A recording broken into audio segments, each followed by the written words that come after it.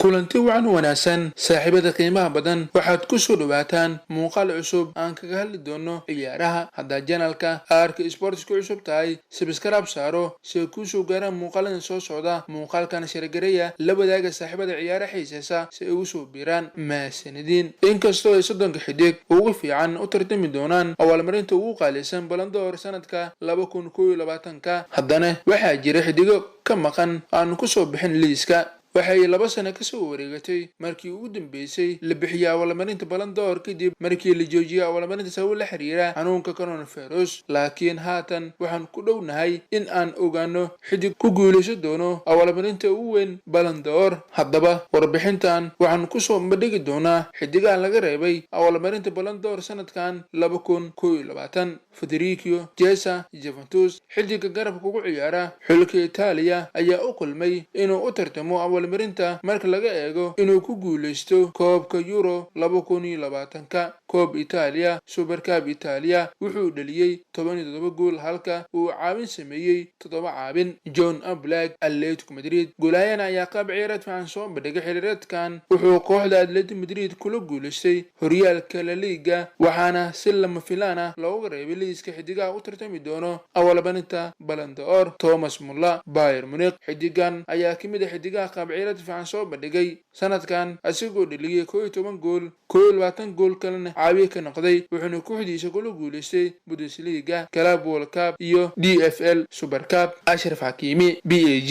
xidiga Ashraf Hakimi ayaa dhaliyay 8 gool caawiye ayuu ka noqday wuxuuna Inter Milan kula guuleystay horyaalka Serie A wuxuuna soo bandhigay qaab ciyaareed cajiib ah sanadka xidig ugu dambeeyo ayaa ah Jadon Sancho Manchester United xidig Red England ayaa dhaliyay 12 gool caawiye ayuu ka noqday sanadkii wuxuuna soo bandhigay qaab ciyaareed cajiib ah kaasoo ku muteystay inuu xagaagii hore ku soo biiro kooxda kubadda cagta Manchester United saaxiibayaal waxaad fikirkiina ka soo dhiibi kartaan xidigahan aan la soo wadaagay ma u qalmeen in lagu soo daro 30 xidig u tartamaya awaalmarinta Ballon d'Or waad ku maasantiin daabashada muuqaalkan intaan muuqaalka xiga isku arki doono sidaas iyo nabadgelyo